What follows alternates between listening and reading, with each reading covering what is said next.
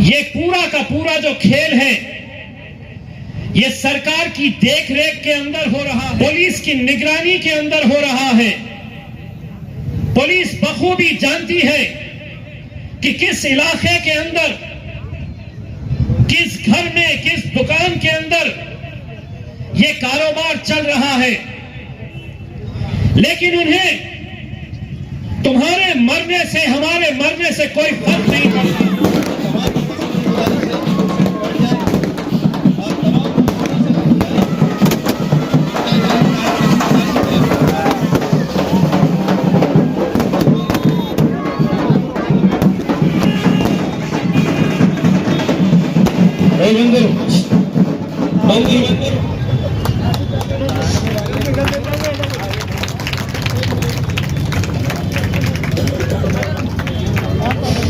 मेरा किरदार ही मेरी काम की पहचान है, मेरा किरदार ही मेरी काम की पहचान है, वरना इम्तियाज नाम के लाखों इंसान है। जोरदार तालियों से शुरुआत कीजिए। और अब इसके बाद हमारे इस मोहल्ले की मौजूद शख्सियत माजी साबिका कॉर्पोरेटर रफत साहब का इस्तकबाल जनाब फिरोज खान करेंगे। इसके बाद वक्त की नज़ाकत को देखते हुए मैं नाम लेते जाऊंगा। खान साहब आप तैयार रहिए। इसके बाद हमारे अय्यूब जागीरदार साहब का इस्तकबाल खान साहब करेंगे। इसके बाद हमारे बशीर साहब का इस्तकबाल खान फिरोज खान करेंगे। इसके बाद हमारे जिला सदर समीर साजिद बिल्डर साहब का इस्तकबाल खान फिरोज खान करेंगे। इसके बाद सैयद आरिफ हुसैनी साहब का इस्तकबाल खान फिरोज खान करेंगे। इसके बाद नासिर सिद्दीकी साहब का इस्तकबाल, और इसके बाद जमीर अहमद कादरी साहब का इस्तकबाल, हाजी इरशाद साहब का इस्तकबाल, रफीक खान और शीता का इस्तकबाल, और हमारे हाजी इसाक साहब का इस्तकबाल। हाजी साहब आगे आइए, शेख अहमद साहब आगे आइए, हाजी इसाक साहब का भी इस्तकबाल। इसके बाद हमारे अब्दुल रहीम उर्फ अज्जू नायकवाड़ी, इनका इस्तकबाल। जनाब रफत साहब, यहाँ मौजूद तमाम बुजुर्गों, नौजवानों, स्टेज के ऊपर मौजूद मजलिस इत्तेहादुल मुस्लिमीन के तमाम जिम्मेदारान, फिरोज खान साहब जिनकी मेहनतों से आज अल्हम्दुलिल्लाह ये इतना बड़ा काम होने जा रहा है, मैं आप लोगों का तहे दिल से शुक्रिया अदा करता हूँ कि आज जिस यकीन और जिस भरोसे के साथ आप लोगों ने अपने नुमाइंदों को चुनकर दिया था, हम ये दावा नहीं कर रहे हैं कि हमने 100% पूरे काम कर लिए हैं, लेकिन यकीनन मैं दावे के साथ कह सकता हूँ कि आज से 5 साल, 6 साल, 7 साल पहले के क्या हालात थे, आपके अपने गलियों के, हमारे अपने रास्तों के क्या हालात थे, आप बखूबी जानते हैं। कई सालों का एक बैकलॉग था और उसे महज 5 साल के अंदर भरकर निकालना वो कितना दुश्वारियों का काम था, कितनी दिक्कतों का काम था, शायद इस बात का आप अंदाज़ा नहीं लगा सकते। और इसलिए नहीं लगा सकते कि यहाँ पर महानगर पालिका के अंदर जब बॉडी थी तो सत्ता किसकी थी, और सत्ता उनकी रहने के बावजूद भी हमारे जो कॉरपोरेटर्स ने, हमारे जो जिम्मेदारान ने जो काम किया है वो यकीनन काबिल तारीफ काम है। आज 3-4 साल हो गए हैं कि इनका ओहदा खत्म हो चुका है, बॉडी खत्म हो चुकी है, लेकिन इनकी तड़प खत्म नहीं हुई है, इनका जोश और जज्बा खत्म नहीं हुआ है कि मैं अपने इलाके के अंदर कैसा और बेहतर से बेहतर काम करता चलूं। और ये सिर्फ आप लोगों की दुआओं की वजह से, आप लोगों की ताकत, आप लोगों ने जो साथ दिया, ये सिर्फ उसी का नतीजा है। मुझे मालूम है कि कुछ महीनों पहले जब मैं इसी इलाके के अंदर एक रोड का इफ्तिताह करने के लिए आया था तो उस रोड की क्या हालत थी। आप हर रोज वहां से गुजरते थे, मैं खुद अंदाजा लगा सकता हूं कि कितनी दिक्कतें आप लोगों को आती होगी। आज यहां पर कितने करोड़, पौने 3 करोड़ रुपए के काम का आगाज होने जा रहा है।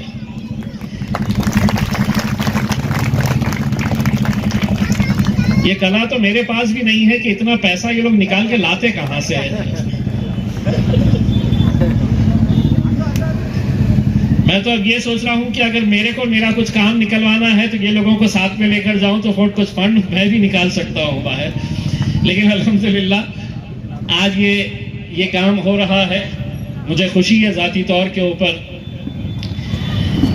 इस मौके के ऊपर मैं 2 और बातें करना चाहता हूं, क्योंकि मैं उस इलाके के अंदर आया हूं। कुछ दिन पहले मैंने किराड़पुरा में एक रोड का इफ्तिताह किया और उसके बाद वहां के जितने भी मस्जिदों के इमाम हैं उन लोगों के साथ एक मीटिंग हमने हमारे अयूब जागीरदार साहब के घर के ऊपर ली और उसका मकसद ये था कि हम अपने तौर के ऊपर अपने इलाकों में जो आज एक गंदगी फैल रही है, या यूं कहिएगा एक गंदगी फैलाई जा रही है, ताकि इन इलाकों के नौजवानों को कैसा कमजोर किया जा सकता है। बहुत दूर नहीं, इसी इलाके से बहुत करीब कुछ दिन पहले एक मर्डर हो जाता है और उसमें बंदूक का इस्तेमाल किया जाता है। सोचिए आज हम किस मुकाम के ऊपर आ गए हैं कि क्या मैं और आप भी महफूज हैं। नशे में आने के बाद नौजवान लड़का किस हद तक जुर्म को अपना रहा है, ये आए दिन हमें सिर्फ अपने शहर में नहीं, ऐसे बहुत सारे शहर हिंदुस्तान भर में हम देखते हैं। और मैं ये दावे के साथ कह रहा हूं, पूरी जिम्मेदारी के साथ कह रहा हूं, ऐसा नहीं है कि कोई नशे का कारोबार कर रहा, कोई नशा खरीद रहा, कोई इस्तेमाल कर रहा।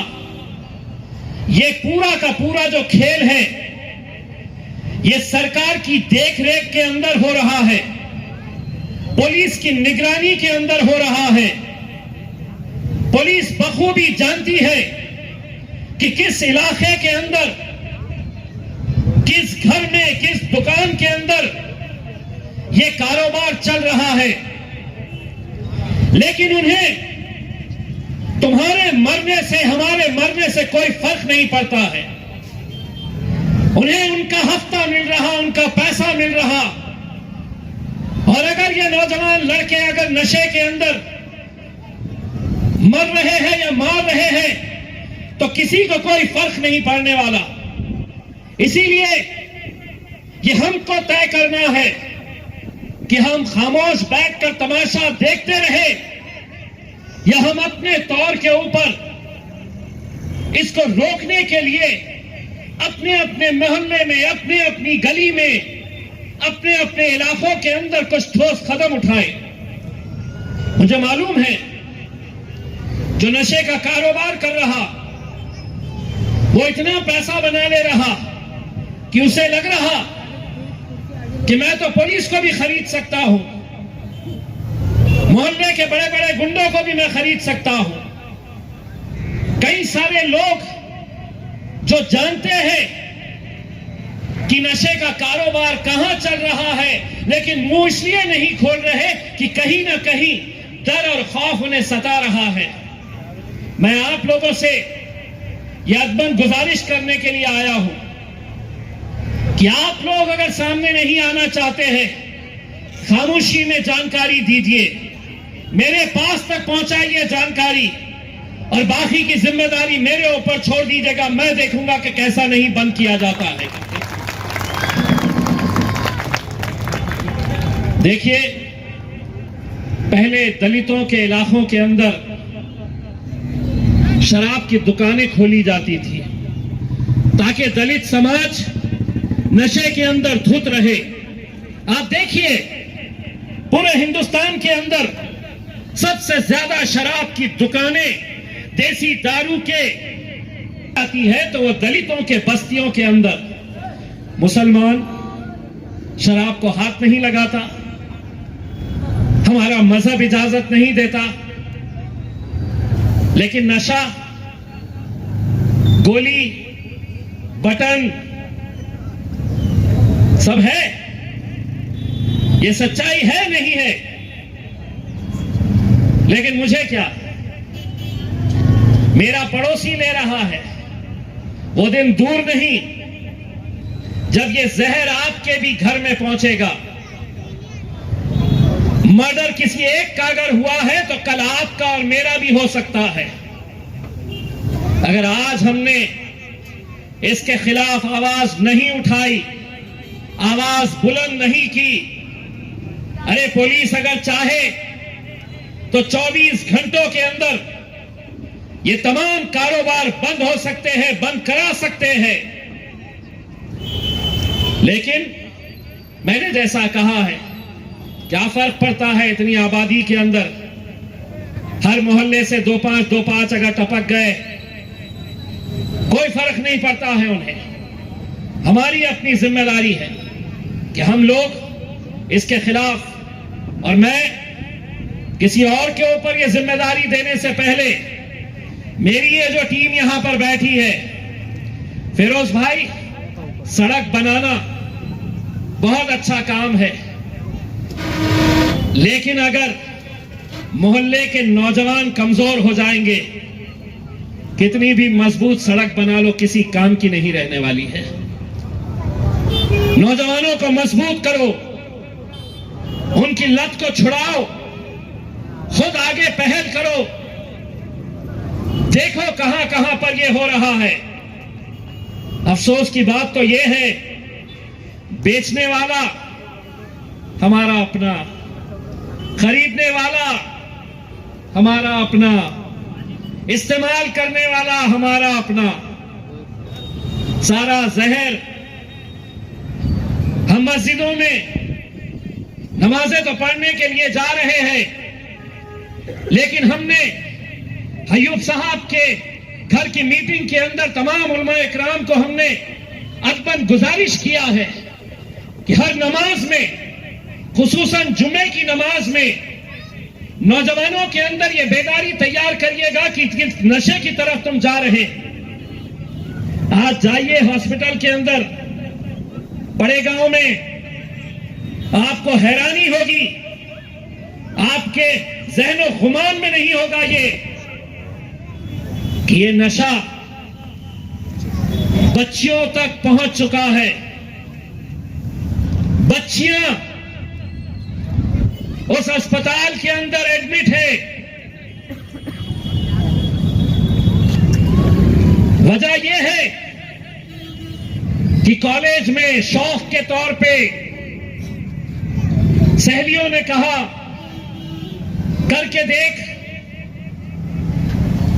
बहुत संजीदगी से लोगों के मसाइल के काम कर रहे हैं, अव्वामी मसाइल के काम कर रहे हैं। और एक बात याद रखिए, ये तमाम काम जो किए जा रहे हैं, ये जो तमाम काम जमीन पे उतारे जा रहे हैं, आप तमाम लोगों ने जिम्मेदारी से रुकन पार्लियामेंट की शक्ल में काबिल खासदार इम्तियाज जलील साहब की शक्ल में आपने मुंतखब करके दिया है। इसीलिए तमाम जमीन के ऊपर एक तरक्की के काम उतारे जा रहे हैं। तो आप तमाम लोगों से मैं मुअद्दबाना मेरी गुजारिश है कि ये जो रास्ता नवाबपुर से होता हुआ जिनसी चौराहा से होता हुआ खास गेट से होता हुआ सीमातू डेरी, इन रास्तों की हालत अगर आपने देखी है, इस रास्ते की हालत एक जबजार है। रास्तों में गड़े, अवाम को चलने के लिए, नागरिकों को चलने के लिए बेहद दुश्वारियां है। और हमारे पास जो म्युनिसिपल कमिश्नर है जनाब हमारे श्रीकांत साहब से बार बार नुमाइंदगी की गई, खासदार इम्तियाज जलील साहब ने नुमाइंदगी की, तमाम कारपोरेटर्स ने, खास तौर से कहूंगा फिरोज खान साहब ने बार बार नुमाइंदगी की और इस रास्ते का विजिट करा श्रीकांत साहब को। श्रीकांत साहब ने यहाँ की हालत देखने के बाद म्युनिसिपल कमिश्नर साहब ने इस काम की मंजूरी दी है। तो मैं तमाम अवाम के लोगों से कहूंगा कि हमारे डेवलपमेंट करना चाहते हैं, डेवलपमेंट की तरक्की करना चाहते हैं, शहर की तरक्की करना चाहते हैं, तो हमारी भी ये फर्ज बनता है, हमारी ये जिम्मेदारी बनती है कि हम अवाम की तरफ से भी उनको पूरा ताउन करें, उनको पूरी मदद करें। और देखिए तरक्की के कामों के अंदर अगर कोई दुश्वारियां पैदा करने की कोशिश करता है, और अच्छे काम में अगर कोई नुक्स निकालने की कोशिश करता है, तो वार्ड के जिम्मेदारों के सामने आके ऐसे लोगों को बाजू हटाना चाहिए और तरक्की के काम के अंदर पूरा साथ देना चाहिए। ऐसी हमारी लोगों की आप लोगों से गुजारिश है। और यहाँ पर खासदार इम्तियाज जलील साहब आ चुके हैं, वो उनका भी बहुत बहुत शुक्रिया, आप तमाम लोगों का बहुत बहुत शुक्रिया। फरमा मेरे कायदे मोहतरम आली जनाब इम्तियाज जलील साहब, तमाम ही कॉरपोरेटर्स और आज जिसने ये महफिल सजाई इस इलाके के कॉरपोरेटर फिरोज खान साहब और हमारे सीनियर रफत साहब, बशीर साहब, सामने बैठे हुए तमाम ही मोअज़्ज़िज़ीन, अस्सलाम वालेकुम रहमतुल्लाहि व बरकातहू। दोस्तों, पिछले कुछ साल पहले जो शहर गढ़ों का शहर के नाम से जाना जाता था, तो आज मैं समझता हूँ कि आज बेहतरीन सड़कों में तब्दील हो रहा है और कुछ दिनों बाद यही शहर अच्छी सड़कों वाला शहर कहलाएगा। यह इसीलिए मुमकिन हो पाया है कि आज आपने जो यहाँ पर क़यादत खड़ी की है, आज रुकने पार्लियामेंट इम्तियाज जलील साहब जिनकी क़यादत में तमाम ही कॉरपोरेटर्स पूरे शहर में हर इलाके में काम कर रहे हैं, वो इस मजबूत क़यादत की वजह से मुमकिन हो पा रहा है। दोस्तों, मैं आपको बताऊं कि ये एक काम नहीं है। पिछले कुछ सालों से जब से इम्तियाज जलील साहब चुनकर आए हैं, तो मैं समझता हूं कि आपको कुछ कामों को बताना जरूरी है कि जो पहले भी हमारे बीच कई ऐसे एमएलए सेक्युलर पार्टी के हुआ करते थे, मिनिस्टर हुआ करते थे, लेकिन उन्होंने कभी इस बात का ख्याल नहीं रखा। किराड़पुरा जो है तो आज मजबूत एक सड़क वाला इलाका बन चुका है। पुलिस मेज से लेकर कटकट गेट तक देखिए आप, कटकट गेट के दोनों बाजुओं का जो रोड खुलवाया ये इम्तियाज जलील साहब यहाँ बैठे हैं। उसके बाद दमड़ी महल से चंपा चौक से लेकर जिंसी, ऐसे कई इलाके हैं मैं आपको बता सकता हूँ जो आज आपकी दी हुई क़यादत की बुनियाद पर हम ये काम करने जा रहे हैं। दोस्तों, क्योंकि यहाँ पर इम्तियाज जलील साहब मौजूद हैं और वक्त काफी कम है, मैं आप तमाम लोगों का शुक्रिया अदा करूंगा कि आपने हर वक्त मजलिस इत्तेहादुल मुस्लिमीन का भरपूर ताउन किया है और आइंदा भी इंशाअल्लाह मैं उम्मीद रखता हूं कि आप इसी तरह अपनी क़यादत को मजबूत करेंगे। शुक्रिया, खुदा हाफिज।